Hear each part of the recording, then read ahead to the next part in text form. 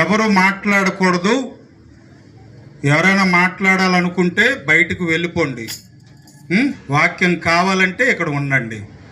దేవుడు వద్దనుకున్న వాళ్ళందరూ బయటకు పోండి. దేవుడు కావాలనుకున్న వాళ్ళు ఇక్కడికి రండి.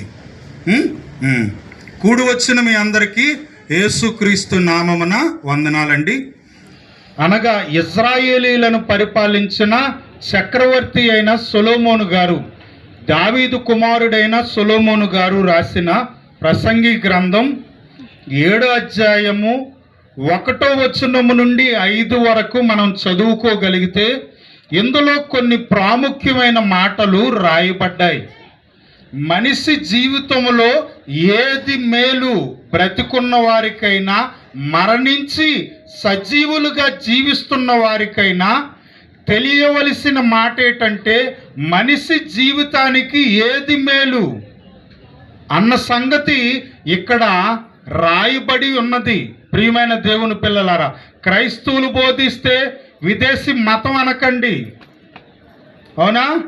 దేవుడు ఉన్నాడని ప్రపంచానికి తెలియజేసిన జ్ఞానులు, విజ్ఞానవంతులు ఎవరైనా ఉన్నారంటే వాళ్ళే ఇజ్రాయేలీలు, వాళ్ళే యూదులు. శాస్త్ర పాండిత్యం కలిగిన వారు. ఈరోజు చాలామంది దేవుడు లేడు, దేవుడు లేడని మాట్లాడుతూ ఉన్నారు. వాళ్ళందరికీ క్రైస్తవుడినైన నేను, దేవుడున్నాడని నమ్ముకుంటున్న ముస్లింలు కానీ, దేవుడున్నాడని నమ్ముకుంటున్న హిందువులు కానీ, దేవుడున్నాడని నమ్ముకుంటున్న క్రైస్తవులు కానీ, దేవుడున్నాడని సర్వ సృష్టికి ప్రకటించిన యోధ జాతి కానీ ఈ లోకానికి ఏం చెబుతూ ఉన్నదంటే దేవుడున్నాడు, ఆయన్ని నమ్మండి. దేవుడున్నాడనే మాట ఈ లోకానికి ఎవరు చెప్పారు? చదువుకోలేని వాళ్ళు అనుకుంటున్నావా? వెనకబడిన కులానికి, వర్గానికి చెందినవారు అనుకుంటున్నావా? అమాయకులారా, నేను కాదు, బైబిల్ చెబుతుంది. ఈ ప్రపంచ దేశాలలో ఒక దేశంగా ఉన్న ఇజ్రాయేలీలు చెబుతూ ఉన్నారు. జ్ఞానవంతులైన శాస్త్ర పాండిత్యం కలిగిన యూదులు చెబుతున్నారు. ఏమని చెబుతున్నారంటే దేవుడు ఉన్నాడని ప్రపంచానికి చెబుతున్నారు. ఆ దేవుణ్ణి నమ్మండి, ఆ దేవుడే సృష్టికర్త, ఆ దేవుడే ఈ సృష్టిని చేశాడని ప్రపంచానికి చెప్పారు. ఆ యూదులలో ఒకరైన వారే మన రక్షకుడు, మన దేవుడైన యేసు ప్రభు. ప్రపంచానికి దేవుడును ప్రకటించింది యూదులే. ప్రపంచానికి సృష్టికర్త ఉన్నాడని చెప్పింది యూదులే. ప్రపంచానికి అనేకమైన ఆవిష్కరణలను తీసుకొచ్చింది యూదులే. ప్రసంగి గ్రంథం 7వ అధ్యాయము 1వ వచనము నుండి సుగంధ తైలము కంటే మంచి పేరు మేలు. ఒకని జన్మదినము కంటే ఏంటి? సుగంధ తైలము కంటే ఏది మేలు? మంచి పేరు మేలు అనగానే పిల్లలు పుట్టగానే వెంటనే మంచి పేర్లు కలిగిన పుస్తకం ఒకటి తెచ్చేసుకొని అందులోని పిలవగానే ఎంత చక్క మంచి పేరు పెట్టారు. ఎవరు పెట్టారు? ఏ పాస్టర్ గారు పెట్టారు? ఏ పాస్టరం పెట్టారు? ఏ సంఘం పెట్టారు? ఏ పెద్దోళ్ళు పెట్టారు? ఏ తల్లిదండ్రులు పెట్టారని అందరూ పిలుచుకోవడానికి చెబుతున్న పదమా ఇది?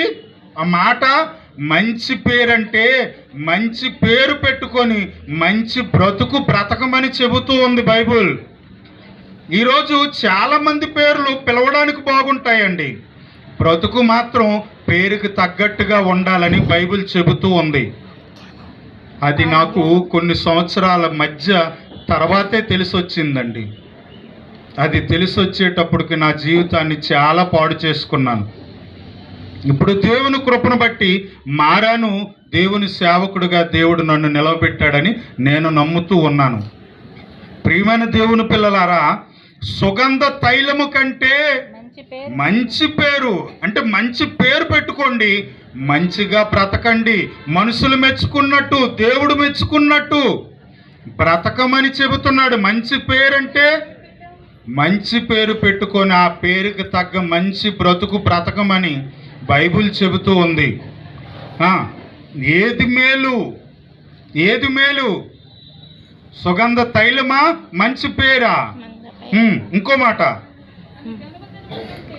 ఒకని పుట్టుక కంటే ఒకని చావు దినమే మేలు. ఇది ఎలాగ మేలు? ఒకసారి మనం ఆలోచిద్దాం. మనుషులుగా మనందరం ఆలోచిద్దాం. పుట్టుకు మేలా చావటం మేలా? ఏంటి, చచ్చిపోయారు అనుకోండి నవ్వుతారా, ఆనందంగా ఉంటారా? కాదు కాదు, ఏడుస్తారు, దుఃఖపడతారు. రమేష్ చనిపోయి సంవత్సరం అయినా ఆ కుటుంబం ఇంకా ఆ చావు జ్ఞాపకాలలో నుంచి బయటికి రాలేదు. ఆ చావు జ్ఞాపకాలతోనే బాధపడుతూ ఉంది ఆ కుటుంబం. అంటే బైబిల్ ఎందుకు ఇలా మాట్లాడుతుంది, దేవుడు ఎందుకు ఇలా మాట్లాడుతున్నాడు? మనం ఒకలాగా ఆలోచిస్తే దేవుడు ఎందుకు ఇలాగ ఆలోచిస్తూ ఉన్నాడు? ఇలాంటి ఆలోచనలు మనుషులకు ఎందుకు ఇస్తూ ఉన్నాడు? ఒక్కసారి మనం ఆలోచించగలిగితే అక్కడే ఆన్సర్ ఉన్నది. ప్రియమైన దేవుని పిల్లలారా, ఏమని బైబిల్ చెబుతుంది? ఒకని జన్మదినము కంటే మరణ దినమే మేలు. మరణం ఎలా మేలండి? పుట్టుక కదా మేలు. చనిపోతే అందరూ ఏడుస్తాం కదా, అది ఎలాగ మేలు? ఒక్కసారి ఆలోచిద్దామా? బైబిల్లోకి వెళ్దామా? ప్రియమైన దేవుని పిల్లలారా, ఇక్కడ 5 మేలుల గురించి రాయబడింది.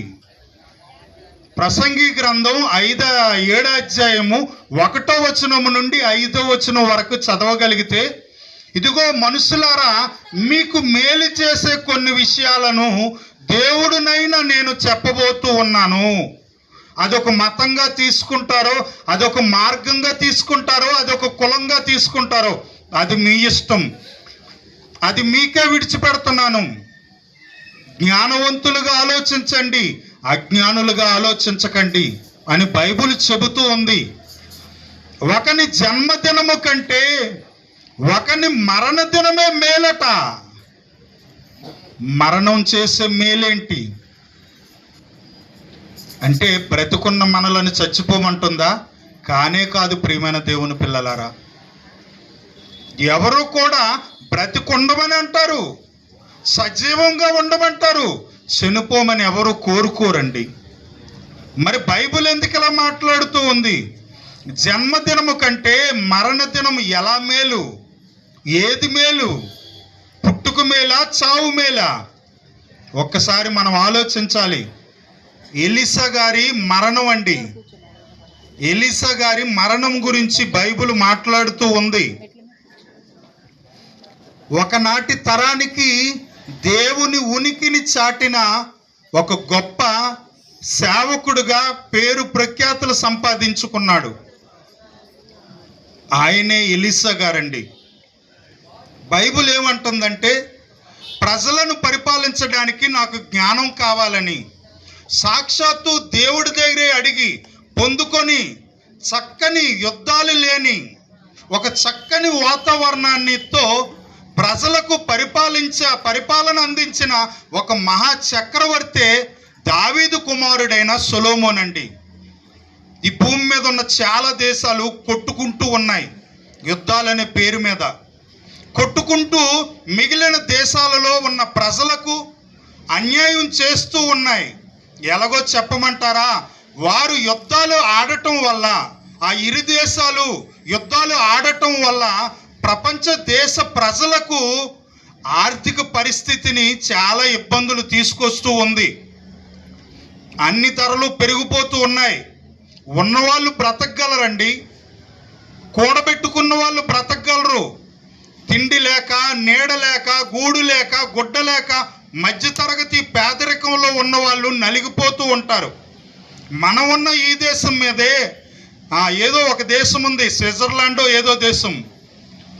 అన్ని దేశాలు యుద్ధాలు ఆడుకుంటున్నా ఆ దేశం మాత్రం తన దేశ ప్రజలను కాపాడుకోవడానికి అనేక ప్రణాళికలను తయారు చేసుకుంది. ఏ దేశ యుద్ధముతో కూడా కలవదు, ఏ దేశానికి మద్దతు ఇవ్వని ఒక గొప్ప దేశం ఉంది. మనమున్న ఈ నేల మీదే. ఆ దేశం పేరే స్విట్జర్లాండ్ ఏదో అనుకుంటాను. ప్రియమైన దేవుని పిల్లలారా, ప్రజలను పరిపాలించాలంటే గొడవలు ఆడుకోవటం కాదు, యుద్ధాలు ఆడకూడదు. ప్రజలకు ఉపయోగపడే పనులను చేయాలి. ఈనాటి ప్రభుత్వాలు, ఈనాటి పెద్దలు మర్చిపోయారు.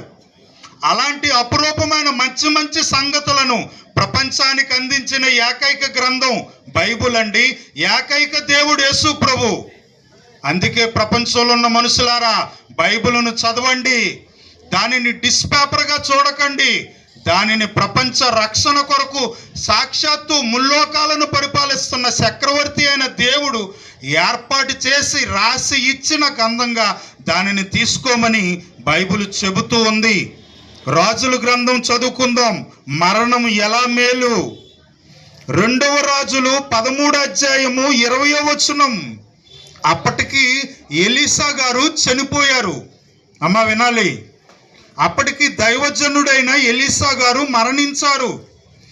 ఆయన చనిపోయిన సంవత్సరం తర్వాత ఇశ్రాయేలీల మీదకి యుద్ధానికి వచ్చేటప్పుడు, యుద్ధాలు జరుగుతున్న కాలం అది, ఆ యుద్ధాల సమయంలో ఒక వ్యక్తి మరణిస్తే ఆ మరణించిన వ్యక్తిని తీసుకెళ్ళి అంతకు ముందే సంవత్సరం కింద మరణించిన ఎలీసా యొక్క ఆ శవం మీద, ఆ దేహం మీద ఆయన పాతిపెట్టిన ఆ స్థలములో మరణించిన వ్యక్తిని పాతిపెట్టగానే మరణించిన వ్యక్తి తిరిగి లేస్తాడు.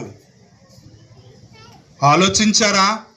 ఎలీసా మరణము, సంవత్సరం కిందట మరణించిన ఎలీసా మరణము ఆ సంవత్సరం తర్వాత మరణించిన వ్యక్తికి మేలు చేసింది. సజీవంగా బ్రతికి ఉండేటట్టు ఆ మనిషిని మరలా ప్రాణభిక్ష పెట్టింది, జీవంతో ఆ మనిషిని బ్రతికించింది. ఇప్పుడు చదవండి, 2వ రాజులు 13వ అధ్యాయము 20వ వచనం. తరువాత ఎలీసా మృతి పొందగా వారు అతని సమాధిలో ఉంచిరి. ఒక సంవత్సరం గడిచిన తరువాత, అంటే ఎలీసా గారు మరణించారు, ఎలీసా గారిని పాతి పెట్టారు.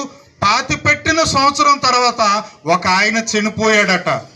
ఈ చనిపోయిన ఆయన ఆ చుట్టూ ఉన్న వాతావరణం బట్టి, ఆ శత్రువుల పరిస్థితి నుండి ఎక్కడ మనం ఈయన పాతి పెట్టాలి, ఇదిగో ఇక్కడ ప్లేస్ ఉంది, ఇక్కడ పాతి పెట్టేద్దాం, ఇక్కడ దహన సంస్కారాలు చేద్దాం.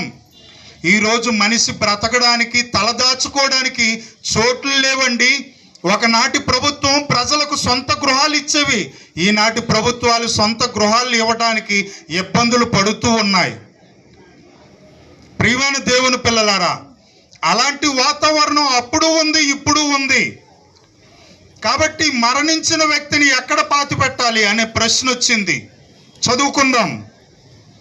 2వ రాజులు 13వ అధ్యాయం 20వ వచనం. తరువాత ఎలీసా మృతి పొందగా వారు ఎలీసాని సమాధిలో ఉంచిరి. ఎలీసా మరణించిన సంవత్సరం తరువాత మోయాబీల సైన్యము దేశం మీదకు వచ్చినప్పుడు కొందరు ఒక శవమును పాతిపెట్టుచు సైన్యమునకు భయపడి ఆ శవం, ఆ చనిపోయిన వ్యక్తిని ఎలీసా యొక్క సమాధిలో ఉంచగా దించిన శవము ఎలీసా సైన్యమునకు తగిలినప్పుడు అది తిరిగి బ్రతికి కాలు మోపి నిలిచెను. మరణ దినము ఎలా మేలు, ఇదిగో ఇలా మేలు. ఆ సైనికుడు మరణించగానే శత్రువులకు భయపడి ఎలీసా మరణించిన ఆ చోటును ఎప్పుడైతే పాతి పెట్టారో, ఎలీసా సంవత్సరం కిందట మరణించటం వల్ల సంవత్సరం తర్వాత మరణించిన వ్యక్తికి ప్రాణభిక్ష పెట్టగలిగాడు, సజీవుడిగా మరల బ్రతికించగలిగాడు. బైబిల్ గొప్పదేనంటారా? బైబిల్ సత్యవేదం అంటారా? బైబిల్ నమ్మొచ్చు అంటారా? మరణ దినము ఎలా మేలు, మరణమే ఎలా మేలు. మరణం చేసే మేలు ప్రపంచానికి తెలుసా? అంటే చనిపోమని బైబిల్ చెప్పట్లేదు. నీ బ్రతుకు విలువ తెలుసుకొని నీకు, నీ చుట్టూ ఉన్నవారికి, దేవుడికి పనికొచ్చి నీకు ఇచ్చిన బ్రతుకు దినాలను దేవుడు మనుషులు మెచ్చుకునే విధంగా బ్రతికి మరణించి వెళ్ళమంటుంది బైబిల్. దేవుడు పిలిస్తే మరణించి వెళ్ళమంటుంది బైబిల్. చావు రాకముందు మరణించకు, అది వస్తే ఆగకు, వెళ్ళడానికి ప్రయత్నం చెయ్యని బైబిల్ చెబుతూ ఉంది. అంతేగాని ఆత్మహత్యలు చేసుకోమని బైబిల్ చెప్పట్లేదు. పరిశుద్ధ గ్రంథం అండి, పరిశుద్ధ దేవుడు రాసిన మాటలండి. ఎంత గొప్పవనుకున్నారండి. యేసు బోధలు ప్రపంచానికి అవసరం. యేసు బోధలు ప్రపంచానికి అవసరం. ప్రియమైన దేవుని పిల్లలారా, చాలామంది తెలియక వాళ్ళకి నచ్చిన విధానంలో యేసు ప్రభువు గురించి చెడ్డగా చెడుగా మాట్లాడుతూ ఉన్నారు. అది వారికి అర్థం కాక, వారికి తెలియక. కాబట్టి లోకం అంతటికి చెబుతూ ఉన్నాను, ఎన్నో గ్రంథాలను ఎన్నో పుస్తకాలను చదివారు కదా, బైబిలును కూడా ఒక్కసారి చదవండి అని ఈ లోకానికి చెబుతూ ఉన్నాను. అలాంటి దేవుని మాటలు వినడానికి వచ్చిన మీకు, ఈ కూడుకు పెట్టుకున్న కుటుంబానికి దేవుడు మేలును దయచేయునుగాక. ఆమేన్.